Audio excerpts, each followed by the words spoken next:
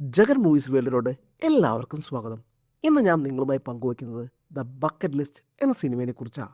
നമ്മളെല്ലാവരും ഒരു ദിവസം മരിക്കും. എന്നാൽ അത് മുൻകൂട്ടി അറിയാൻ സാധിച്ചാലോ? ഇവിടെ കാർട്ടറും എഡാഡും അവരുടെ ജീവിതത്തിന്റെ അവസാന നാളുകളിലേക്ക് കടക്കാണ്. ഇതറിഞ്ഞവർ ഇനി ചെയ്യാനുള്ള കാര്യങ്ങളുടെ ഒരു ലിസ്റ്റ് തയ്യാറാക്കി അതൊക്കെ ചെയ്യാനായി പോവാ. എന്നവർക്കത് മുഴുവനായും പൂർത്തീകരിക്കാൻ സാധിക്കുമോ? മനുഷ്യജീവിതത്തിലെ മോശാവസ്ഥയിലും ഓരോ നിമിഷവും വിലപ്പെട്ടതാണെന്നാണ് ഈ സിനിമയിലൂടെ ഡയറക്ടർ പറയുന്നത്. അപ്പം ഞാനിനി കൂടുതലായിട്ടൊന്നും പറയുന്നില്ല, നേരെ സിനിമയിലേക്ക് പോവാണ്. അതിനു മുന്നേ ചാനൽ ഇതുവരെ സബ്സ്ക്രൈബ് ചെയ്യാതെ കാണുന്നവരുണ്ടെങ്കിൽ ഒന്ന് ചെയ്തേക്കണേ. എന്നാൽ പിന്നെ മൂവിലോട്ട് പോവാം. സിനിമയുടെ തുടക്കത്തിൽ നമ്മുടെ ഹീറോ കാർട്ടറിനെ കാണിക്കാട്ടോ. ആളൊരു കാർ മെക്കാനിക്കാ. 10-65 വയസ്സായി, എന്നാൽ ഇപ്പോഴും ജോലിക്കൊക്കെ പോകുന്നുണ്ട്. പിന്നെ ആളൊരു ഫാമിലി മാനാ.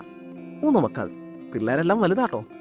അതുപോലെ ആളൊരു കാർ മെക്കാനിക് ആണെങ്കിലും ഈ ചരിത്രത്തെക്കുറിച്ചൊക്കെ നല്ല അറിവാട്ടോ. ഒരു ഹിസ്റ്ററി പ്രൊഫസർ ആവണമെന്നായിരുന്നു ആളുടെ ആഗ്രഹം. പക്ഷേ അതൊന്നും നടന്നില്ല. എന്നാലും ആളുടെ കൂടെ വർക്ക് ചെയ്യുന്നവർ അയാളുടെ അറിവറിയാനായി പുസ്തകത്തിൽ നിന്നൊക്കെ ചോദ്യങ്ങൾ ചോദിക്കുകയായിരുന്നു. അതിനൊക്കെ കാർട്ടർ കൃത്യമായ ഉത്തരം പറയും. അങ്ങനെ ഒരു ദിവസം കൂടെ വർക്ക് ചെയ്യുന്ന ഒരു പയ്യൻ കാർട്ടറിനോട് ചോദിക്കും, ഹേ കാർട്ടർ, അറിയുമെങ്കിൽ ഇതിനുത്തരം പറയോ? ഈ റേഡിയോ കണ്ടുപിടിച്ചത് ആരാ? അപ്പോൾ അയാൾ ചിരിച്ചിട്ട് പറയും, ഇതറിയാത്ത ആരുടെ ഉള്ളേ? മാർക്കോണി. അപ്പോൾ നിങ്ങൾക്ക് ഈ പുസ്തകമൊക്കെ മനപ്പാടാണല്ലേ? അപ്പോൾ കാർട്ടർ, ഈ പുസ്തകത്തിലുള്ളതെല്ലാം ശരിയൊന്നല്ലടാ. സത്യത്തിൽ ഈ റേഡിയോ കണ്ടുപിടിച്ചത് മാർക്കോണി അല്ല. പിന്നാരാ? റേഡിയോ കണ്ടുപിടിച്ചത് നിക്കോള ടെസ്ലയാണ്. ഈ ടെസ്ല കണ്ടുപിടിച്ച ഫോർമുലയുടെ പേറ്റന്റ് മാർക്കോണി വാങ്ങിയതുകൊണ്ടാണ് റേഡിയോ കണ്ടുപിടിച്ചത് മാർക്കോണി എന്ന് നമ്മൾ പറയുന്നത്. കാർട്ടറിന്റെ ചരിത്രത്തെക്കുറിച്ചുള്ള അറിവ് കാണുമ്പോൾ ആ ചെക്ക അന്തം വിടാ. ഈ സമയം അവിടേക്കൊരു കോൾ വരും. അത് ഹോസ്പിറ്റലിൽ നിന്നായിരിക്കും. കാർട്ടർ കുറച്ച് ടെസ്റ്റൊക്കെ ചെയ്തിട്ടുണ്ടായി. അതിന്റെ റിസൾട്ട് പറയാനായിട്ട് വിളിക്കുക. അപ്പോൾ അവർ, നിങ്ങളുടെ ടെസ്റ്റ് റിപ്പോർട്ട് ഞങ്ങൾ പരിശോധിച്ചു, നിങ്ങൾക്ക് ക്യാൻസർ സ്ഥിരീകരിച്ചിട്ടുണ്ട്. ഇത് കേൾക്കുന്നോടെ കാർട്ടർ ആകെ ഷോക്കായി അവിടെ എങ്ങനെ നിൽക്കുക. ശേഷം പതിയെ തിരിഞ്ഞ് വീട്ടിലോട്ട് നടക്കും. അവിടുന്ന് സീൻ കട്ടായാൽ പിന്നെ കാണിക്കുന്നത് നമ്മുടെ സെക്കൻഡ് ഹീറോ എഡാഡിനെയാണ്. അപ്പോൾ അയാൾ ഒരു കോഫി കുടിക്കുന്നത് കാണിക്കാട്ടോ. കോഫി എന്ന് പറഞ്ഞാൽ അയാൾക്ക് ഭയങ്കര ജീവനാണ്. കോപ്പി ലുവാക്ക് എന്ന കോഫിയാണ് അയാളുടെ ഫേവറേറ്റ്. ലോകത്തിലെ ഏറ്റവും ബെസ്റ്റും എക്സ്പെൻസീവുമായ കോഫി ഇതാണെന്നാണ് എഡാഡ് എപ്പോഴും പറയുന്നത്. പിന്നെ ഇയാളൊരു ശത കോടീശ്വരനാട്ടോ. ഒരുപാട് ബിസിനസ്സുകളുണ്ട്, കുറെ ഹോസ്പിറ്റൽസും, എല്ലാം അയാൾക്കൊരു ബിസിനസ്സാ. അതുകൊണ്ട് തന്നെ അയാളുടെ ഹോസ്പിറ്റലിൽ ഒരു റൂമിൽ 2 പേരെ വെച്ചാ നോക്കുന്നേ. എന്നാൽ ഇതിനെതിരെ ആരോ പരാതി കൊടുത്തിട്ട് എഡാഡിനെ കോർട്ടിലോട്ട് വിളിപ്പിച്ചേക്കാം. അവിടെ അപ്പോൾ എഡാഡ്, അതെ, ഞാൻ നടത്തുന്ന ഒരു ഹോസ്പിറ്റലാ, അല്ലാതെ സ്പാ അല്ല. അവിടെ വരുന്നവർക്ക് നിങ്ങൾ മികച്ച ചികിത്സ കിട്ടണമെന്നോ നോക്കുന്നേ, അല്ലാതെ ഒരു റൂമിൽ എത്ര പേരുണ്ടെന്നല്ല. അങ്ങനെ എഡാഡ് കോർട്ടിൽ സംസാരിച്ചുകൊണ്ടിരിക്കുമ്പോൾ പെട്ടെന്ന് ശക്തമായ ഒരു ചുമ വരാ. ഉടനെ തന്നെ എഡാഡ് തന്റെ പോക്കറ്റിൽ നിന്നൊരു ടവലെടുത്ത് വാപ്പത്തും. ചുമ അടങ്ങിയ ശേഷം ടവൽ നോക്കുമ്പോൾ അതിൽ ചോരയുടെ പാടുകൾ കാണുക. ഉടനെ തന്നെ എഡാഡിനെ ഹോസ്പിറ്റലിലേക്ക് കൊണ്ടുപോവാ. ശേഷം അഡ്മിറ്റാക്കി റൂമിലോട്ട് മാറ്റും. ഈ റൂമിലോട്ട് മാറ്റുന്നതിനിടയിൽ എഡാഡ് പറയുന്നുണ്ട്, ദേ, ഇതെന്റെ ഹോസ്പിറ്റലാണ്, അതുകൊണ്ട് എന്നെ നോക്കാൻ വരുന്ന നഴ്സുമാരെല്ലാം കാണാൻ അടിപൊളിയായിരിക്കണമെന്ന്. പിന്നെ ആ റൂമിൽ ഒരു പേഷ്യൻ്റ് കൂടി ഉണ്ടാവും കേട്ടോ. അത് മറ്റാരല്ല, നമ്മുടെ കാർട്ടറായിരിക്കും. അങ്ങനെ റൂമിലെത്തിയ എഡാഡിനോട് ബെഡിലോട്ട് കിടക്കാൻ ഹെൽപ്പ് വേണമെന്ന് കൂടെ വന്ന നഴ്സ് ചോദിക്കുക. അപ്പോൾ അയാൾ, ഹേ, അതിൻ്റെ ഒന്നും ആവശ്യമില്ല, ഇതൊക്കെ സിമ്പിൾ അല്ലേ എന്ന് പറഞ്ഞ് ബെഡിലോട്ട് കിടക്കാൻ നോക്കിയതും നേരെ താഴേക്ക് വീഴാ. ഇത് കണ്ട് അവിടെ നിൽക്കുന്ന തോമസ് പറയുന്നുണ്ട്, ഇയാൾക്ക് ഈ വയസ്സുകാലത്ത് ഇത് എന്തിന്റെ കേടാന്ന്. അയ്യോ, തോമസിനെ പറ്റി പറഞ്ഞില്ലല്ലോ. തോമസ് എഡാഡിന്റെ അസിസ്റ്റന്റ് ആട്ടോ. എഡാഡ് എന്ത് പറഞ്ഞാലും കൃത്യമായി ചെയ്യുന്ന ഒരാൾ. എന്നിട്ട് തോമസ് പോയി എണീക്കാൻ എഡാഡിനെ ഹെൽപ്പ് ചെയ്യാ. അപ്പൊ എഡാഡ്, നീ എന്നെ ഇപ്പൊ വയസ്സെന്ന് വിളിച്ചോ? ഹേ, ഞാനെങ്കിലും വിളിച്ചില്ല. വയസ്സായിട്ടും സാറിനെ കാണാൻ എന്നെ ഹാൻസമാ എന്നാ പറഞ്ഞെന്ന് പറഞ്ഞ് അവൻ തടി തപ്പാ. ശേഷം എഡാഡ് ബെഡിലോട്ട് കിടക്കാ. അപ്പോഴാണ് ഇയാൾ കാർട്ടറിനെ കാണുന്നത്. എന്നാൽ കാർട്ടർ ഇയാൾ വന്നത് മുതൽ ചെയ്യുന്നൊക്കെ കാണുന്നുണ്ട്. ശേഷം കുറച്ച് കഴിയുമ്പോൾ എല്ലാവരും പോട്ടോ. പിന്നെ ഈ എഡാഡിനെ ഒരു സ്ഥലത്ത് അടങ്ങി കിടന്നൊരു ശീലമില്ലല്ലോ. അതുകൊണ്ട് അയാൾക്ക് ഈ കിടപ്പങ്ങോട്ട് പറ്റുന്നില്ല. അയാൾ അവിടെ തിരിഞ്ഞും മറിഞ്ഞൊക്കെ കിടന്ന് എങ്ങനെയൊക്കെയോ നേരം വിളിപ്പിക്കും. പിന്നെ അത് കഴിഞ്ഞ് എഡാഡിന്റെ തല മൊട്ടയടിക്കാട്ടോ. ശേഷം അയാൾ കണ്ണാടിയിലൂടെ മുഖം കാണുമ്പോൾ അയാൾക്ക് ഭയങ്കര സങ്കടമാവും. ഇനി അധികാരം തന്നെ കാണണ്ടെന്ന് പറഞ്ഞ് അയാൾ തന്നെ ഒരു സെപ്പറേറ്റ് റൂമിലോട്ട് മാറ്റാൻ തോമസിനോട് പറയാം. അപ്പൊ തോമസ്, അയ്യോ സാർ അപ്പൊ കോടതിയിൽ പറഞ്ഞത് മറന്നാ? നമ്മളുടെ സ്പാ എല്ലാം നടത്തുന്ന ഹോസ്പിറ്റലാണ്. ഒരു റൂമിൽ 2 പേരായ എന്താ പ്രശ്നമൊന്നും?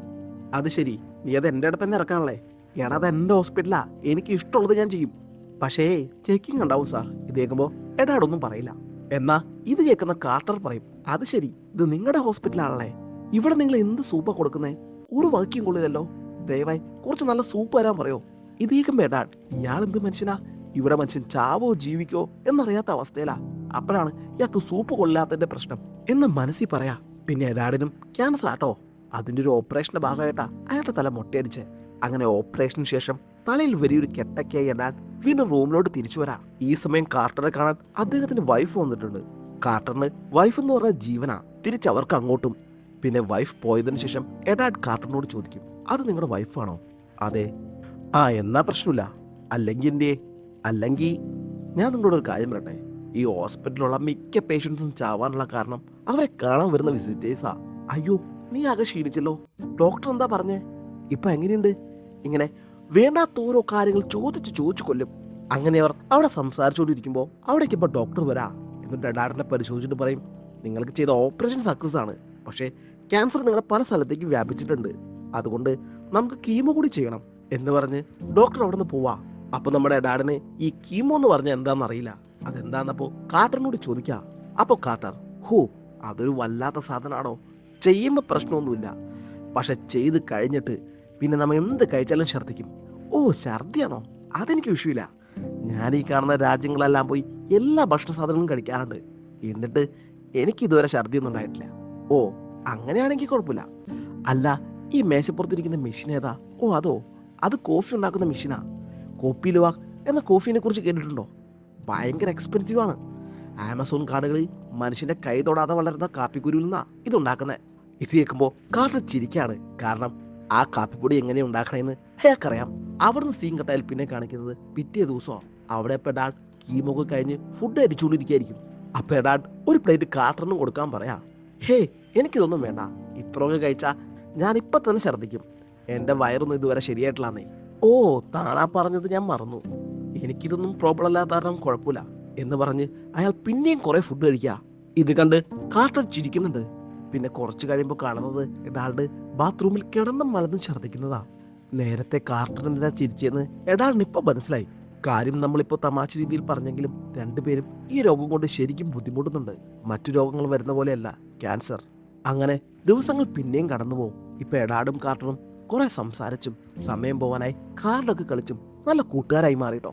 അപ്പൊ ഒരു ദിവസം കാർട്ടറെ കാണാനായി അദ്ദേഹത്തിന്റെ മകൻ വരാ. കാർട്ടറിന് 3 മക്കളാട്ടോ, 2 ആണും 1 പെണ്ണും. അവർക്കെല്ലാവർക്കും മക്കളും ഉണ്ട് കേട്ടോ. അപ്പൊ വന്ന മകൻ കാർട്ടറിന് ഒരു കീച്ചെയിൻ കൊടുക്കും. അതൊരു കാറിന്റെ കീച്ചെയിൻ ആയിരിക്കും, ഷെൽബി മുസ്താങ് 350. ഇത് അദ്ദേഹത്തിന്റെ ഒരു കൊച്ചുമോൻ കൊടുത്തു വിട്ടതാ. ഈ കാറ് കാർട്ടറിന് ഭയങ്കര ഇഷ്ടമാണ്. എന്നാൽ ഇതുവരെ അയാൾക്ക് അതിമൊന്നും തൊടാൻ പോലും സാധിച്ചിട്ടില്ല. പിന്നെ കുറച്ചു നേരം കൂടി ഇരുന്നിട്ട് അവൻ പോവാ. അപ്പൊ എഡാർഡ്, ഇതാരാ? നിന്റെ മകനാണോ? അതെ, എനിക്ക് മൊത്തം 3 മക്കളാന്ന് പറഞ്ഞ് കാർട്ടർ അവരുടെ ഫോട്ടോ ഒക്കെ കാണിച്ചു കൊടുക്കാം.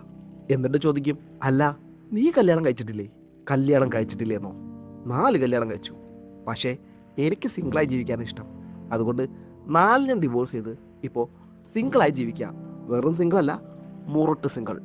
ഇത് കേൾക്കുമ്പോൾ കാർട്ടർ ചിരിക്കാട്ടോ. അങ്ങനെ പിന്നെയും ദിവസങ്ങൾ കടന്നു പോകും. അപ്പോൾ ഒരു ദിവസം എഡാർഡ് ടി വിയിൽ ബേസ്ബോൾ കണ്ടുകൊണ്ടിരിക്കുമ്പോൾ നമ്മുടെ കാർട്ടർ ഒരു പേപ്പർ എടുത്ത് ദ ബക്കറ്റ് ലിസ്റ്റ് എന്ന ഹെഡിങ് കൊടുത്ത് എന്തൊക്കെയോ എഴുതിക്കൊണ്ടിരിക്കുകയായിരിക്കും. ഇത് കാണുന്ന എഡാർഡ് എന്താ എഴുതലെന്ന് ചോദിക്കും. അതൊന്നുമില്ല. അപ്പോൾ എഡാർഡ് ചിരിച്ചുകൊണ്ട്, നിന്റെ വൈഫിന് ലവ് ലെറ്റർ ആയിരിക്കൂലേ? അത് കേട്ട ഉടനെ കാർട്ടർ ഒരു ഹെഡ്സെറ്റ് എടുത്ത് ചെവിയിൽ വെക്കുക. അപ്പോൾ എഡാർഡ്, മനസ്സിലായി, എന്നോട് പറയാൻ താല്പര്യമില്ലല്ലേ? എന്നാ ശരി, ഓക്കെ എന്ന് പറഞ്ഞ് എഡാർഡ് വീണ്ടും ടി വി കാണാം. ഈ സമയം ഡോക്ടർ അവിടേക്ക് വരും. എന്നിട്ട് എഡാർഡിനോട് പറയും, നിങ്ങളുടെ ശരീരത്തിൽ ക്യാൻസർ മുഴുവനായി വ്യാപിച്ചിരിക്കുകയാണ്. ഇനി നിങ്ങൾ ഒരു 6 മാസം കൂടി അല്ലെങ്കിൽ 1 വർഷം വരെ ജീവിച്ചിരിക്കുമെന്ന്. ഇത് കേൾക്കുമ്പോൾ എഡാർഡ് ആകെ വല്ലാതാവാ. അല്ലെങ്കിൽ തന്നെ ആരാ തങ്ങൾ മരിക്കാൻ പോകുമെന്ന് അറിയുമ്പോൾ വല്ലാതാവാതെ ഇരിക്കുന്നേ? ഇത് കേൾക്കുന്ന കാർട്ടർ അപ്പോൾ എഡാർഡിനെ വിളിക്കുന്നുണ്ട്. എന്നാൽ എഡാർഡ് ആ വിളി കേൾക്കാതെ തിരിഞ്ഞു കിടക്കാം. അത് കഴിഞ്ഞ് കുറച്ച് സമയം കഴിയുമ്പോൾ ഡോക്ടർ വീണ്ടും വരും. ഇത്തവണ വരുന്നത് കാർട്ടറിനെ കാണാനാണ്. എന്നിട്ട് കാർട്ടറിനോട് പറയും, നിങ്ങളുടെ രോഗം എഡാർഡിന്റെ പോലെ തന്നെയാണ്. ഇനി ഒരു 6 മാസം കൂടിയേ നിങ്ങളും ജീവിച്ചിരിക്കൂ, അല്ലെങ്കിൽ 1 വർഷം വരെ എന്ന് പറഞ്ഞ് ഡോക്ടർ പോവാ. ഇത് കേൾക്കുന്നതോടെ കാർട്ടറും ഡൗണാവും. കേൾക്കാൻ സുഖമുള്ള വാർത്തയൊന്നുമല്ലല്ലോ അത്. ശേഷം അയാൾ എഴുതിക്കൊണ്ടിരുന്ന ലെറ്റർ നോക്കാം. അതെന്താന്ന് വെച്ചാൽ ദ ബക്കറ്റ് ലിസ്റ്റ് എന്ന് ഹെഡിങ് കൊടുത്ത് ക്യാൻസർ സുഖപ്പെട്ടതിന് ശേഷം ചെയ്യേണ്ട കാര്യങ്ങളുടെ ഒരു ലിസ്റ്റ് തയ്യാറാക്കായിരുന്നു അയാൾ. അതിലൊന്നാമത്തേത് ലോകത്തെ അത്ഭുതപ്പെടുത്തുന്ന ഒരു കാര്യം കാണണം. 2ാമത് നമുക്കറിയാത്ത ഒരാളുടെ ജീവിതത്തിൽ നല്ലൊരു മാറ്റം കൊണ്ടുവരണം. 3ാമത് ചിരിച്ച് കണ്ണിന് വെള്ളം വരുന്നവരെ മനസ്സ് തുറന്ന് ചിരിക്കണം. 4ാമത്തെ ഷെൽബി മുസ്താങ് കാർ ഒന്ന് ഓടിക്കണം. ഇങ്ങനെ നീളമായിരുന്നു ആ ലിസ്റ്റ്. ഇനി ഇതിന്റെ ആവശ്യമില്ല എന്ന് പറഞ്ഞ് കാർട്ടർ ആ ലിസ്റ്റ് ചുരുട്ടിക്കളയാ. ശേഷം കാർട്ടർ എഡാർഡിനെ നോക്കാ. എഡാർഡ് അപ്പോ കാർട്ടറിനെ നോക്കി കിടക്കായിരിക്കും. 2 പേർക്കും എന്ത് പറഞ്ഞ് ആശ്വസിപ്പിക്കുമെന്നറിയാതെ നോക്കി നിൽക്കുന്ന ഒരു അവസ്ഥയാണോ അത്? പെട്ടെന്ന് കാർട്ടർ ആ മൗനം വേദിച്ച് ബോറടിക്കണം, നമുക്ക് കാർഡ് കളിച്ചാലോ എന്ന് ചോദിക്കും. ഞാനിത് നിന്നോട് പറയാനിരിക്കായിരിക്കും എന്ന് പറഞ്ഞ് രണ്ടുപേരും പിന്നെ കാർഡ് കളിക്കുക. അവിടുന്ന് സീൻ കട്ടായാൽ പിന്നെ കാണിക്കുന്നത് പിറ്റേ ദിവസമോ. അന്ന് പതിവിന് വിപരീതമായി എഡാൾഡായിരിക്കും ആദ്യം എണീക്കുന്നത്. അപ്പോൾ എഡാൾഡ് കാർട്ടർ ഇന്നലെ കളഞ്ഞ പേപ്പർ കാണാ. ഉടനെ അയാൾ അതെടുത്ത് വായിക്കാം. ഈ സമയം ഉറക്കെണീക്കുന്ന കാർട്ടർ ഇത് കാണാ. ഉടനെ കാർട്ടർ, ഡാ അതങ്ങ് തന്നേ, ഇതെന്റെയാ. നിന്റെയോ? ഇതെങ്ങനെ നിന്റെയോ? നീ ഇത് ചുരുട്ടിക്കുട്ടി കളഞ്ഞ സാധനമല്ലേ? ഞാനിത് താഴെ നിന്നെടുത്തേ. അല്ല, എന്താ ഈ സംഭവം? അതൊരു ലിസ്റ്റാ. ക്യാൻസർ മാറിയ ശേഷം ചെയ്യേണ്ട കാര്യങ്ങൾ. ഞാനൊരു ബക്കറ്റ് ലിസ്റ്റ് എന്ന് എഴുതി വെച്ചതാ. അമ്പോ, കൊള്ളാലോ. അത് ആരാണെന്നറിയാത്ത ഒരാളുടെ ജീവിതം മാറ്റണം. കണ്ണീന്ന് വെള്ളം വന്നവരെ മനസ്സ് തുറന്ന് ചിരിക്കണം. എന്താടാ, നീ ഇതിനുമുമ്പ് ഇങ്ങനെ ചിരിച്ചിട്ടില്ലേ? ആ പിന്നെ മൂന്നാമത്തെ കൊള്ളാം, ഷെൽപ്പി മുസ്റ്റാങ് കാർ ഓടിക്കണം. നാലാമത്തെ, ജീവിതത്തിൽ ഒരിക്കലും മറക്കാനാകാത്ത ഒരു അത്ഭുതം കാണണം. അതെന്താ സംഭവം? നീ എപ്പോഴെങ്കിലും എമ്മി മലയിൽ പോയിട്ടുണ്ടോ? അവിടുന്ന് കാണുന്ന കാഴ്ചയാ ലോകത്തിലെ ഏറ്റവും മനോഹരമായ കാഴ്ചയെന്നാ ആളുകൾ പറയുന്നത്. ഓ അങ്ങനെയാണോ? എന്തായാലും നിന്റെ ബക്കറ്റ് ലിസ്റ്റ് കൊള്ളാം. ഇതിനെ നമുക്ക് കുറച്ചും കൂടി ഇൻട്രസ്റ്റിംഗ് ആക്കിയാലോ? എങ്ങനെ?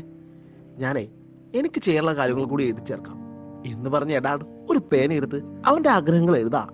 ശേഷം കാർട്ടൂൺ അത് വായിക്കാൻ കൊടുക്ക. അവൻ വായിച്ചതും പൊട്ടിച്ചിരിക്കാൻ തുടങ്ങാ. എന്തൊക്കെയാണ് എഴുതി വെച്ചിരിക്കുന്നതെന്നും പറഞ്ഞ് ലോകത്തിലെ ഏറ്റവും സുന്ദരിയായ പെൺകുട്ടിക്ക് മുത്തം കൊടുക്കണം. എന്തൊരു കുഴപ്പം? എൻ്റെ ഒരുപാട് നാളത്തെ ആഗ്രഹം ലോകത്തിലെ ഏറ്റവും സുന്ദരിയായ ഒരു പെൺകുട്ടിയെ കണ്ടുപിടിച്ച് മുത്തം കൊടുക്കണമെന്നുള്ളത്. എന്നത് വിട്ട് പിന്നെന്തൊക്കെയാണ്? സ്കൈ ഡൈവിങ് ചെയ്യണം, ടാറ്റു അടിക്കണം, മൃഗങ്ങളെ പോലെ കാട്ടിൽ സ്വതന്ത്രമായി ചുറ്റി നടക്കണം. ഇതെന്താണ്? കൊച്ചു പിള്ളേരെ പോലത്തെ ആഗ്രഹങ്ങളാണല്ലോ. എന്നാലും കൊള്ളാം. എങ്കിൽ നമുക്ക് രണ്ടുപേർക്കും കൂടി ഈ ലിസ്റ്റ് അങ്ങോട്ട് പൂർത്തിയാക്കിയാലോ? എന്ത്? ഞാനോ? പിന്നല്ലാതെ. പണത്തെക്കുറിച്ചൊന്നും നീ ചിന്തിക്കണ്ട. എൻ്റെ കയ്യിൽ ആവശ്യത്തിൽ കൂടുതൽ പണമുണ്ട്.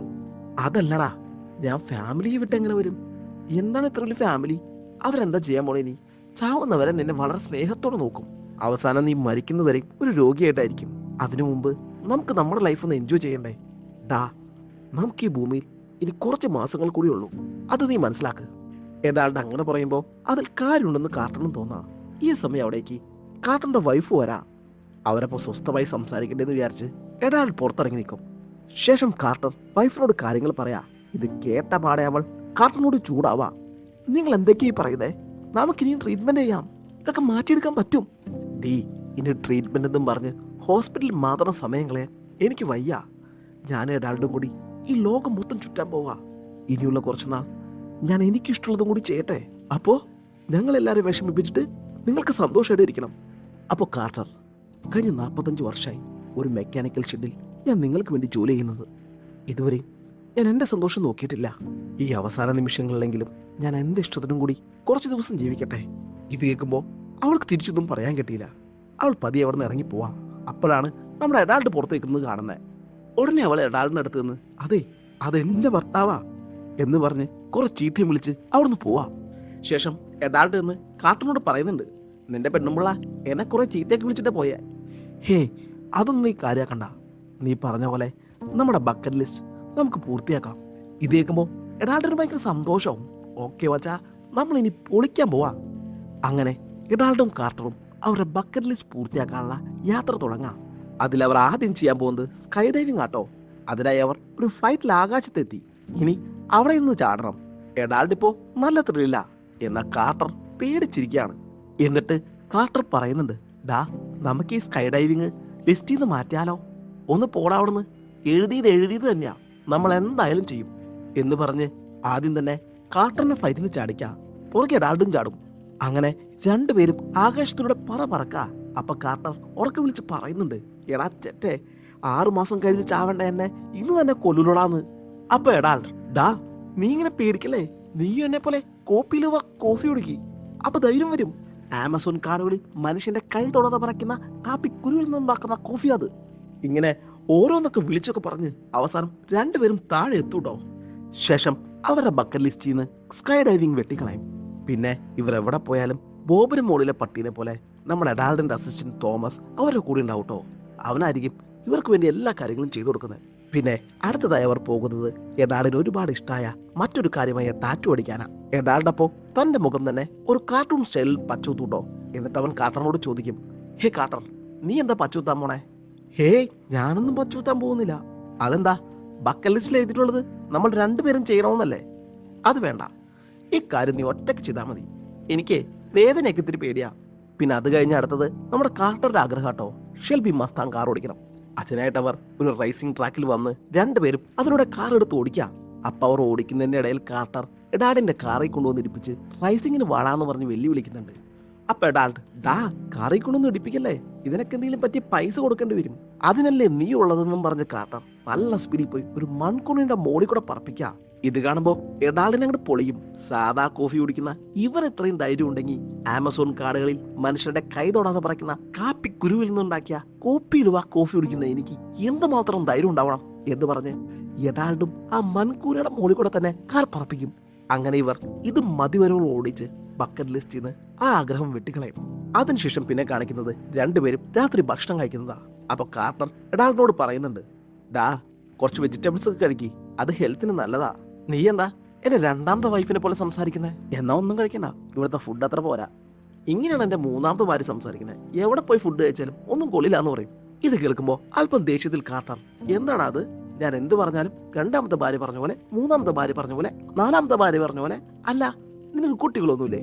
പിന്നെ ഒരു മകളുണ്ട്, എന്നാൽ ഞാനവളായിട്ട് അത്ര ടച്ചിലല്ല. എന്ത്? നീയും മകളും അത്ര ടച്ചിങ്ങിനല്ലേ? എങ്കിൽ ബക്കറ്റ് ലിസ്റ്റിൽ ആദ്യം അത് മാറ്റാനല്ലേ എഴുതണ്ടേ എന്ന് പറഞ്ഞ് കാർട്ടർ ആ കാര്യം ബക്കറ്റ് ലിസ്റ്റിൽ എഴുതാ. അപ്പൊ എഡാൾഡ്, ഹേയ്, ഇതൊന്നും ബക്കറ്റ് ലിസ്റ്റിൽ എഴുതേണ്ട കാര്യമില്ലെന്ന് പറഞ്ഞ് ആ പേപ്പർ വാങ്ങി ആ ഭാഗം വെട്ടിക്കളയാ. ഇത് കാണുമ്പോൾ കാർട്ടറിന് ഭയങ്കര സങ്കടമാവും. ഇവനെന്താ ഇങ്ങനെയെന്ന് അയാൾ മനസ്സിൽ വിചാരിക്കും.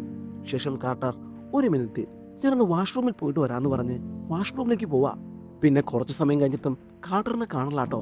ഇനി താൻ ബക്കറ്റ് ലിസ്റ്റിൽ നിന്ന് അത് വെട്ടിക്കളഞ്ഞുകൊണ്ട് തന്നോട് വഴക്കിട്ടിരിക്കുകയാണോ എന്ന് എഡാൾഡിന് അപ്പോൾ തോന്നാ. അതുകൊണ്ട് അയാൾ കാർട്ടറിന് വാഷ്റൂമിൽ ചെന്ന് കണ്ട് സോറി പറയാൻ തീരുമാനിക്കാം. അങ്ങനെ എഡാൾഡ് വാഷ്റൂമിലേക്ക് പോവാ. അവിടെ ചെല്ലുമ്പോൾ കാർട്ടർ ഷർട്ട് ചെറുതായിട്ട് വാഷ് ചെയ്തുകൊണ്ടിരിക്കുകയായിരിക്കും. അപ്പൊ എഡാൾഡ്, ടാ, ഐ ആം സോറി, ഞാൻ അങ്ങനെ പറഞ്ഞത് നിന്നെ ഹേർട്ടാക്കാനോ വിഷമിപ്പിക്കാനോ വേണ്ടിയല്ല. സത്യം പറഞ്ഞാ ഞാൻ എൻ്റെ മകളും തമ്മിൽ വേണ്ടിയിട്ട് വർഷങ്ങളായി. അതുകൊണ്ടാ ഞാൻ ആ കാര്യം ബക്കറ്റ് ലിസ്റ്റിൽ എഴുതണ്ടെന്ന് പറഞ്ഞേ. അങ്ങനെ അവർ സംസാരിച്ചുകൊണ്ടിരിക്കുമ്പോഴാണ് കാർട്ടറിന്റെ ഷർട്ടിൽ ബ്ലഡ് അയക്കുന്നത് എഡാൾഡ് കാണുന്നേ. ഉടനെ എഡാൾഡ് അവന്റെ അടുത്ത് നിന്ന് എന്താ പറ്റിയെന്ന് ചോദിക്കും. അപ്പൊ കാർട്ടർ, ഹേയ്, ഒന്നുമില്ലടാ, കുറച്ച് ബ്ലഡ് ലീക്കായതാ. എന്താടാ ബ്ലഡ് ലീക്കായെന്ന്? വെള്ളം ലീക്കായെന്ന് പറഞ്ഞ പോലെയാണല്ലോ നീ പറയുന്നേ. ഓ, നീ അത് വിട്, ഇപ്പൊ മാറിയില്ലേ, ഇനി വരുമ്പോ നോക്കാന്ന് പറഞ്ഞ് അവർ താമസിക്കുന്ന ഹോട്ടലിലോട്ട് പോവാ. അവിടെ എത്തിക്കഴിയുമ്പോൾ കാർട്ടർ കുളിക്കാനായി പോവാ. അപ്പോ എഡാൾഡിനൊരു കോൾ വരും. അത് കാർട്ടറിന്റെ വൈഫിന്റെ ആയിരിക്കും. അവരപ്പോ വളരെ വികാരീതമായും ദേഷ്യത്തോടും എഡാൾഡിനോട് പറയും, ദയവായി എന്റെ ഭർത്താവിനെ തിരികെ അയക്കൂ. അയാൾക്കൊരു ഫാമിലി ഉണ്ട്. അദ്ദേഹത്തിന്റെ അവസാന നാളുകൾ ഞങ്ങളോടൊപ്പം ആയിരിക്കണമെന്നാ ഞങ്ങൾ ആഗ്രഹിക്കുന്നത്. ഇത് കേൾക്കുമ്പോൾ എഡാൾഡിന് എന്തോ പോലെ തോന്നും. അവനപ്പം നേരെ ബാത്റൂമിൽ കുളിച്ചുകൊണ്ടിരിക്കുന്ന കാർട്ടറിന്റെ അടുത്തേക്ക് ചെല്ലാ. എന്നിട്ട് അവനോട്, ഡാ, നമുക്ക് ഈ ബക്കറ്റ് ലിസ്റ്റ് പരിപാടി സ്റ്റോപ്പ് ചെയ്താലോ?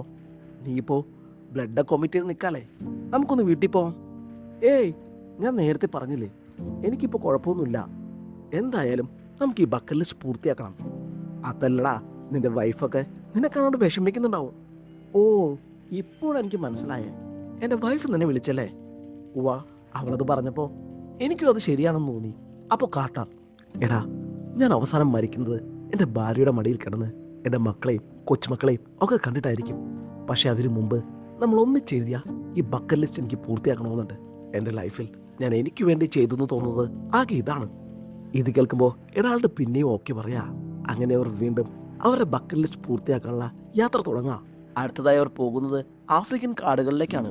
എഡാൾഡിൻ്റെ ഒരു ആഗ്രഹമാണ് കാട്ടിൽ മൃഗങ്ങളെ പോലെ സ്വതന്ത്രമായി സഞ്ചരിക്കാന്നുള്ളത്. അതിനായിട്ടവർ ഒരു ജീപ്പിൽ നടുക്കാടിലൂടെ യാത്ര ചെയ്യാം.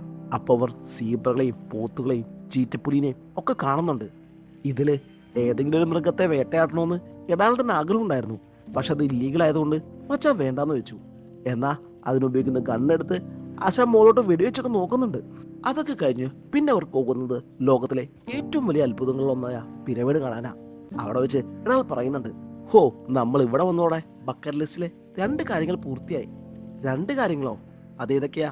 ഒന്നാമതായി നമുക്ക് പിരമിഡ് കാണണമെന്നുണ്ടായിരുന്നു. പിന്നെ ലോകത്തിലെ ഏറ്റവും മനോഹരമായ ഒരു കാഴ്ച കാണണമെന്നുണ്ടായിരുന്നില്ലേ? അതിപ്പോ കണ്ടില്ലേ? ഇതിനേക്കാൾ വലുത് വേറെന്താ ഉള്ളേ? അപ്പോ കാർട്ടർ, ആ, ഇതും നല്ലൊരു കാഴ്ചയാണ്. പക്ഷെ നീ എപ്പോഴെങ്കിലും എമ്മി മലയിൽ പോയിട്ടുണ്ടോ? നേപ്പാളിലെ എമ്മി മല. അവിടുന്ന് കാണുന്നൊരു വ്യൂ ഉണ്ടല്ലോ, അതാണ് ലോകത്തിലെ ഏറ്റവും ബ്യൂട്ടിഫുൾ ആയ വ്യൂ എന്നാ ആളുകൾ പറയുന്നത്. ഓ അങ്ങനെയാണോ? എങ്കിൽ നമുക്ക് അതും കണ്ടു കളയാം. ഹോ, കാര്യം ഇത് നല്ലൊരു പ്ലേസ് ആണെങ്കിലും ഇവിടെ നല്ല ചൂടാണല്ലേ. ഈ സമയത്ത് എൻ്റെ ഫേവറേറ്റ് കോപ്പിലുവ കുടിച്ചിരുന്നെങ്കിൽ ഉണ്ടല്ലോ ഒരു പവർ കിട്ടിയാനെ. നിനക്കറിയാലോ, ആമസോൺ കാടുകളിൽ മനുഷ്യന്റെ കൈതോടന്ന് പറയ്ക്കുന്ന കാപ്പി കുരുവിൽ നിന്നുണ്ടാക്കുന്ന കോഫിയാണത്. ഒന്ന് പോടാ അവിടുന്ന്, അവനൊരു കോപ്പിലുവ കോഫി. നിനക്ക് വേറൊരു കാര്യം അറിയോ? ഈ ഈജിപ്തുകാരുടെ വിശ്വാസം അനുസരിച്ച് ഒരാൾ മരിച്ചാൽ അയാൾ ദൈവത്തിന്റെ സന്നിധിയിലെത്തും. അപ്പൊ അവിടെ വെച്ച് ദൈവം അവനോട് 2 ചോദ്യങ്ങൾ ചോദിക്കും. ആ ചോദ്യങ്ങൾക്ക് അവൻ നൽകുന്ന ഉത്തരം അനുസരിച്ചാ അവൻ സ്വർഗത്തിലേക്കാണോ നരകത്തിലേക്കാണോ പോണെന്ന് തീരുമാനിക്കുന്നത്.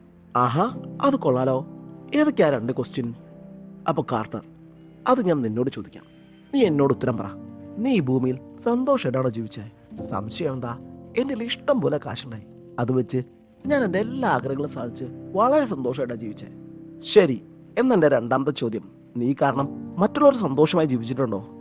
അത് നീ എൻ്റെ അടുത്തല്ല ചോദിക്കണ്ടേ, മറ്റുള്ളവരുടെ അടുത്താ. എഡാൾഡ് പ്ലീസ്, ഞാൻ ചോദിച്ചതിന് ഉത്തരം പറ. അപ്പൊ എഡാൾഡ് അവൻ്റെ മനസ്സ് തുറക്ക. എടാ, എനിക്ക് തോന്നുന്നു എൻ്റെ കൂടെയുള്ളവരെല്ലാം അത്ര സന്തോഷവാന്മാരല്ല എന്നാ. കാരണം ഞാൻ 4 കല്യാണം കഴിച്ചു, 4 പേരും ഇപ്പം എൻ്റെ കൂടെ ഇല്ല. എല്ലാവർക്കും വേണ്ടത് പണം. അത് കിട്ടിക്കഴിഞ്ഞപ്പോൾ അവരൊക്കെ പോയി. പിന്നെ ഇതിനിടയിൽ എനിക്കൊരു കുട്ടിയുണ്ടായി. എനിക്കവളെ ഭയങ്കര ഇഷ്ടമാണ്. പക്ഷേ വൈഫ് ഡിവോഴ്സ് വാങ്ങിയപ്പോൾ അവൾ അമ്മയോടൊപ്പമായി. പിന്നെ ഹോളിഡേയ്സ്, വെക്കേഷൻ, ആ സമയങ്ങളിൽ അവൾ എൻ്റെ അടുത്ത് വരും. അപ്പം ഞങ്ങൾ അടിച്ചു പൊളിക്കും.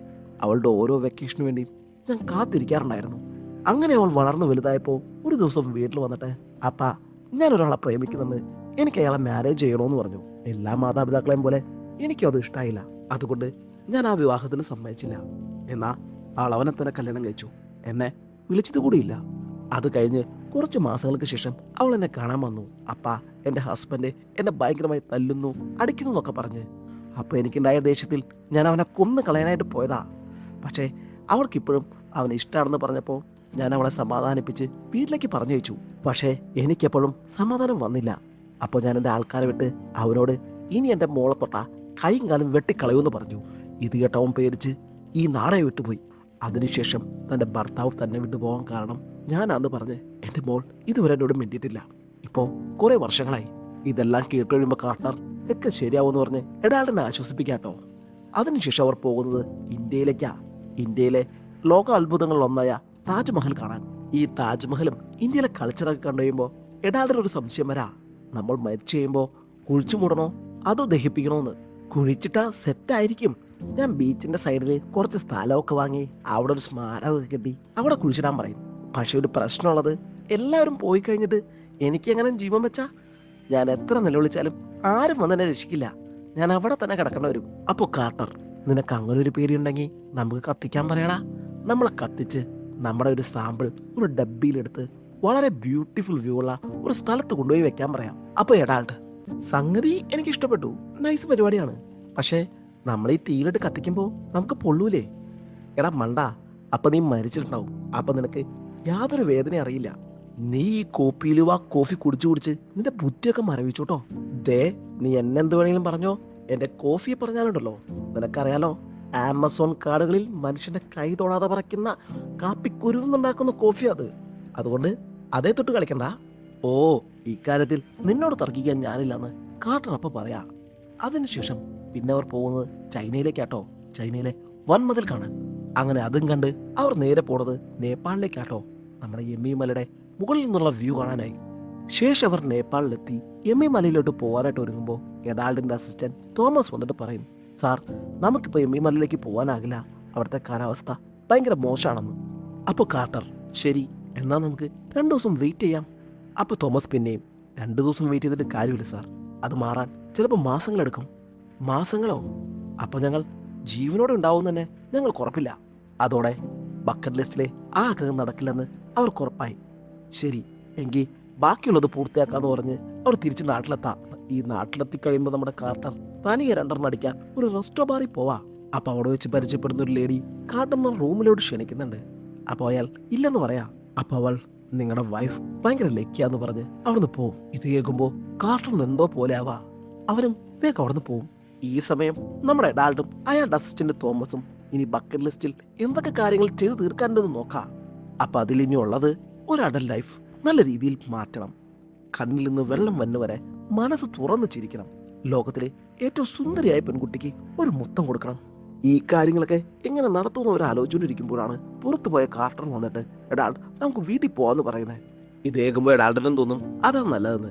കാരണം ഈ കാര്യങ്ങളൊക്കെ നടത്താൻ ഇച്ചിരി ബുദ്ധിമുട്ടാണേ. അങ്ങനെ അവർ വീട്ടിലോട്ട് പോവാ.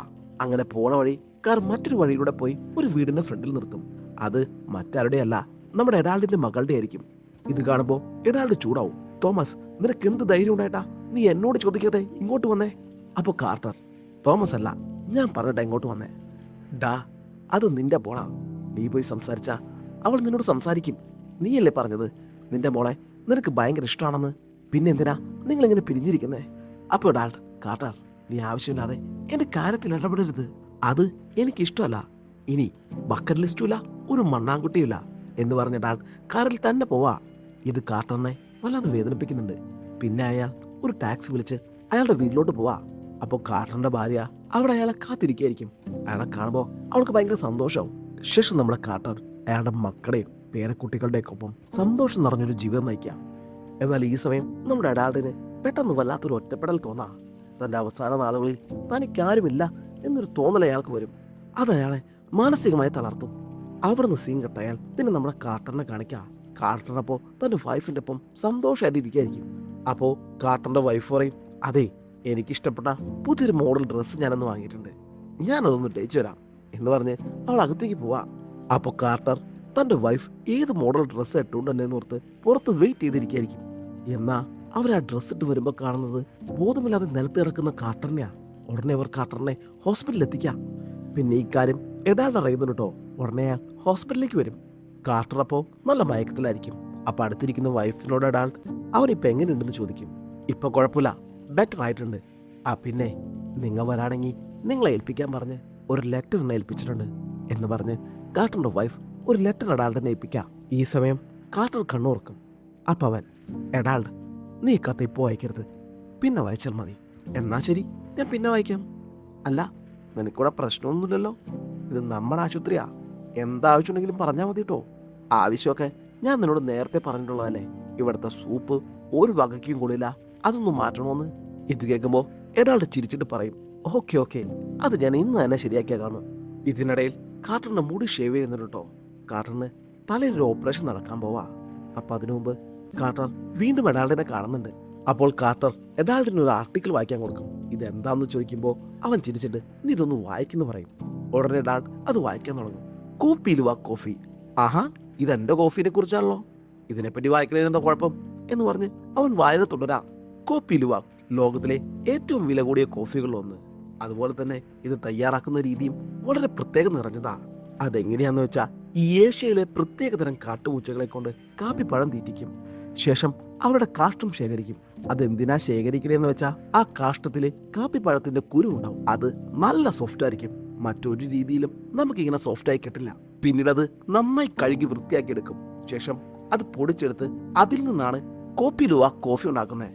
അപ്പൊ ഇത് വായിച്ച ശേഷം എഡാൾഡ്, അപ്പൊ ആമസോൺ കാടൂലൊരു മണ്ണാങ്കട്ടിയുമില്ല, നീ ഇത്രയും നാൾ കുടിച്ചത് പൂച്ചയുടെ കാഷ്ടം കലക്കിയാടാ എന്ന് പറഞ്ഞ് കാർട്ടർ ചിരിക്കാൻ തുടങ്ങാ. ചിരിയെന്ന് പറഞ്ഞാൽ അമ്മാതിരിയുള്ള ചിരിയാട്ടോ. അവസാനം ചിരിച്ച് കാർട്ടറിന്റെ കണ്ണിത് വെള്ളം വരും. ഇത് കണ്ട് എഡാൾഡും കൂടെ ചിരിക്കുന്നുണ്ട് കേട്ടോ.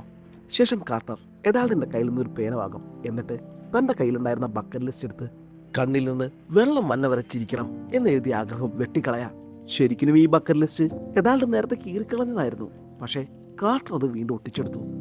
ശേഷം കാർട്ടർ ആ ബക്കറ്റ് ലിസ്റ്റ് എഡാൾഡിന്റെ നേരെ നീട്ടിയിട്ട് പറയും, ഇത് പൂർത്തിയാക്കേണ്ടത് നീയാ, ഞാനോ? ഇത് നമ്മൾ ഒന്നിച്ചല്ലടാ പൂർത്തിയാക്കണ്ടേ. എനിക്കും നിന്റെ കൂടെ വന്നോന്ന് ആഗ്രഹമുണ്ട്, പക്ഷേ അതിന് കഴിയില്ലല്ലോ. അതുകൊണ്ട് നീ ഇത് പൂർത്തിയാക്കണം. അവിടുന്ന് സീൻ കട്ട അൽപ്പിനെ കാണിക്കുന്നത് എഡാൾഡ് തന്റെ കാറിലേക്ക് നടന്നു പോകുന്നതാ. അങ്ങനെ കാറിലെത്തി കഴിയുമ്പോഴാണ് കാർട്ടർ തനിക്ക് തന്നൊരു ലെറ്ററിനെ കുറിച്ച് അവൻ ഓർമ്മ വരുന്നേ. ഉടനെ എഡാൾഡ് അതും പൊട്ടിച്ചു വായിക്കും. അപ്പോൾ അതിൽ, ഹലോ എഡാൾഡ്, ഇത് ഞാനാ കാർട്ടർ. നിനക്കറിയാം, നീ ചെയ്ത കാര്യങ്ങൾക്ക് പകരം എനിക്ക് തിരിച്ചു ചെയ്യാനൊന്നും കഴിയില്ലെന്ന്. കാരണം നീയും ഞാനും അധികം വൈകാതെ തന്നെ ഈ ലോകം വിട്ടു പോകും. എൻ്റെ ഈ 60 വർഷ ജീവിതത്തിൽ ഞാൻ ഏറ്റവും കൂടുതൽ സന്തോഷമായിട്ടിരുന്നത് നിന്നോടൊപ്പമുള്ള ഈ 3 മാസങ്ങളാണ്. പിന്നെ ലൈഫിൽ ഞാൻ എവിടെയൊക്കെ പോകണം, എന്തൊക്കെ ചെയ്യണം എന്ന് ആഗ്രഹിച്ചിരുന്നുവോ അതൊക്കെ ഞാൻ നീ കാരണം ചെയ്തു. ഇനി എനിക്ക് വേണ്ടത് നീ സന്തോഷമായിട്ട് ഇരിക്കുക എന്നുള്ളതാ. അതിന് നീ നിന്റെ മകളുമായിട്ടുള്ള പിണക്കം മാറ്റണം. നീയല്ലേ പറഞ്ഞേ നിന്റെ മകളെ നിനക്ക് ഭയങ്കര ഇഷ്ടമാണെന്ന്. പിന്നെ എന്തിനാ നീ അവളായിട്ട് ഈ വാശി വെച്ചുകൊണ്ടിരിക്കുന്നേ? നീ പോയി സംസാരിച്ച അവൾ നിന്നോട് സംസാരിക്കും. കാരണം അവൾ നിന്റെ സ്വന്തം മകളാടാ എന്നൊക്കെയായിരിക്കും അതിലെഴുതിയിരിക്കുന്നത്. ഇത് വായിച്ചു കഴിഞ്ഞപ്പോൾ എഡാൾഡിന് കാർട്ടറിന് വേണ്ടിയെങ്കിലും താൻ പോയി മകളോട് സംസാരിക്കണമെന്ന് തോന്നാ. അങ്ങനെ എഡാൾഡ് തന്റെ മകളുടെ വീട്ടിലോട്ട് പോവാ. അവിടെ ചെല്ലുമ്പോൾ എഡാൾഡിന്റെ മകൾ യാതൊരു വാശിയോ പിണക്കമോ കാണിക്കാതെ സ്വന്തം അപ്പനെ സന്തോഷത്തോടെ സ്വീകരിക്കുക. അത് കണ്ടപ്പോൾ എഡാൾഡിന് ഒരുപാട് സന്തോഷമാവും. വർഷങ്ങളായി താൻ മനസ്സിൽ കൊണ്ടുവരുന്നിരുന്ന എല്ലാ സങ്കടങ്ങളും കാര്യങ്ങളും അയാൾ മകളോട് പറയാ. അങ്ങനെ അവർ സംസാരിച്ചുകൊണ്ടിരിക്കുമ്പോൾ അവരുടെ ഇടയിലേക്ക് ഒരു കൊച്ചു പെൺകുട്ടി ഓടി വരാ. അത് മറ്റാരല്ല, എഡാൾഡിന്റെ മകളുടെ മകളായിരിക്കും. അപ്പോഴാണ് താനൊരു അപ്പൂപ്പനായെന്ന് സന്തോഷം ശരിക്കും എഡാൾഡ് അനുഭവിക്കുന്നത്. ആ നിമിഷം അവന് തനിക്ക് നഷ്ടപ്പെട്ട കുടുംബം തിരിച്ചു കിട്ടിയ പോലെ തോന്നി. ശേഷം എഡാൾ തന്റെ കൊച്ചുമോളെ എടുത്ത് കവളിലൊരു മുത്തം കൊടുക്കുന്നുണ്ട്. അതോടെ ലോകത്തിലെ ഏറ്റവും സുന്ദരിയായ പെൺകുട്ടിക്ക് മുത്തം നൽകണമെന്നുള്ളത് ബക്കറ്റ് ലിസ്റ്റ് ചെയ്ത് എഡാൾഡ് വെട്ടിക്കളയാ. കാരണം തന്റെ കണ്ണിൽ ഇപ്പോൾ ഏറ്റവും സുന്ദരിയായ പെൺകുട്ടി തന്റെ കൊച്ചുമോളാ. അവിടുന്ന് സീൻ കട്ടായാൽ പിന്നെ കാണിക്കുന്നത് ഹോസ്പിറ്റലിൽ കാർട്ടറിനെ ഓപ്പറേഷൻ ചെയ്യുന്നതാ. എന്നാൽ ആ ഓപ്പറേഷൻ സക്സസ് ആവാതെ കാർട്ടർ അപ്പോൾ മരിക്കുക. ഇത് കാർട്ടറിന്റെ വൈഫിനും കുടുംബത്തിനും വല്ലാത്ത സങ്കടം ഉണ്ടാക്കും. ശേഷം കാർട്ടറിന്റെ ഫ്യൂണറൽ കാണിക്കുക. അവിടെ അപ്പോൾ എഡാൾഡ് സംസാരിക്കുക. കാർട്ടർ എന്റെ ജീവിതത്തിൽ വന്നില്ലായിരുന്നെങ്കിൽ ഇന്ന് ഞാൻ ഇത്രയും സന്തോഷത്തോടെ ഇവിടെ നിൽക്കില്ലായിരുന്നു. ആരും തരാത്ത സന്തോഷമാണ് അവൻ എനിക്ക് തന്നത്. എനിക്ക് ഈ ഭൂമിയിൽ സ്വന്തം എന്ന് പറയാൻ ആകെ ഉണ്ടായിരുന്ന മകളെ തിരികെ കിട്ടാൻ കാരണം ഇവനാ. വെറും 3 മാസം മുമ്പ് കാർട്ടറിന് ഞാൻ ആരാന്ന് പോലും അറിയാത്ത ഒരാളായിരുന്നു. പക്ഷെ ഇന്നവൻ എന്റെ ജീവിതം ആകെ മാറ്റി എന്ന് പറഞ്ഞ എഡാൾഡ് കാർട്ടർ ബക്കറ്റ് ലിസ്റ്റിൽ രണ്ടാമതായി എഴുതിയിരുന്ന ആരാണെന്ന് അറിയാത്ത ഒരാളുടെ ജീവിതം മാറ്റണം എന്ന ആഗ്രഹം വെട്ടിക്കളയാം. കാരണം ആ ആഗ്രഹം ഇതിനോടകം പൂർത്തിയായി. ഇനി അവരുടെ ബക്കറ്റ് ലിസ്റ്റിൽ ഒരേ ഒരു കാര്യം മാത്രമേ ബാക്കിയുള്ളൂ, ലോകത്തിലെ ഏറ്റവും നല്ലൊരു വ്യൂ കാണണം. എന്നാൽ അതിനു മുമ്പേ കാർട്ടർ അവരെ വിട്ടുപോയി. എന്നാൽ എഡാൾഡിനിപ്പോൾ അറിയാം ആ ആഗ്രഹം എങ്ങനെ സാധിക്കണമെന്ന്. പിന്നെ കുറച്ച് മാസങ്ങൾക്ക് ശേഷം എഡാൾഡ് മരണപ്പെടും. അതിനുശേഷം പിന്നെ നമ്മൾ കാണുന്നത് എഡാൾഡിന്റെ അസിസ്റ്റന്റ് തോമസ് എമിമല കയറുന്നതാ. എന്നിട്ട് ആ മലയുടെ ഏറ്റവും ഉയർന്നൊരു ഭാഗത്ത് ചെറിയൊരു ഷെൽട്ടർ പോലെ ഒരുക്കി എഡാൾഡിന്റെയും കാർട്ടറിന്റെയും ചിതാഭസ്മത്തിന്റെ സാമ്പിൾ 2 ഡപ്പിയിലാക്കിയത് അവിടെ വെക്കുക. എന്നിട്ട് അവൻ പറയുന്നുണ്ട്, ഇവിടുന്ന് കാണുന്ന വ്യൂ വളരെ ബ്യൂട്ടിഫുൾ ആണ്. ഇനി അവിടെ ആത്മാക്കൾ ഇവിടെ ഇരുന്നത് കാണട്ടെ എന്ന്. ശേഷം അവിടെ ബക്കറ്റ് ലിസ്റ്റിൽ നിന്ന് ഏറ്റവും ബ്യൂട്ടിഫുൾ ആയ വ്യൂ കാണണം എന്നുള്ളതും തോമസ് വെട്ടിക്കളയാം. അതോടെ അവരുടെ ബക്കറ്റ് ലിസ്റ്റ് പൂർത്തിയാവാട്ടോ. ശേഷം തോമസ് ആ ലിസ്റ്റ് അവരുടെ സാമ്പിൾസ് ഒപ്പം വെച്ച് ആ ഷെൽട്ടർ മൂടി അവിടെ നിന്ന് ഇറങ്ങുന്നിടത്ത് ഈ സിനിമ അവസാനിക്കുക. ഈ സിനിമ നിങ്ങൾക്ക് ഇഷ്ടമായോ? എൻ്റെ വൺ ഓഫ് ദ ഫേവറേറ്റ് സിനിമകളിൽ ഒന്നാണിത്. നമ്മളൊക്കെ കുറച്ച് നാളത്തേക്കാ ഈ ഭൂമിയിലേക്ക് വന്നേക്കുന്നത്. അത് കഴിയുമ്പോൾ ഇവിടുന്ന് തിരികെ പോകേണ്ടി വരും. അപ്പോൾ ജീവിക്കുന്ന സമയം നമുക്ക് ഇഷ്ടമുള്ളതൊക്കെ ചെയ്ത് പോകേണ്ട സ്ഥലത്തൊക്കെ പോയി ഹാപ്പിയായിട്ട് ജീവിക്കുക. മറ്റുള്ളവരെ സഹായിച്ചില്ലെങ്കിലും ഉപദ്രവിക്കാതിരിക്കുക. അപ്പോൾ പുതിയൊരു മൂവി വന്നവരേക്കും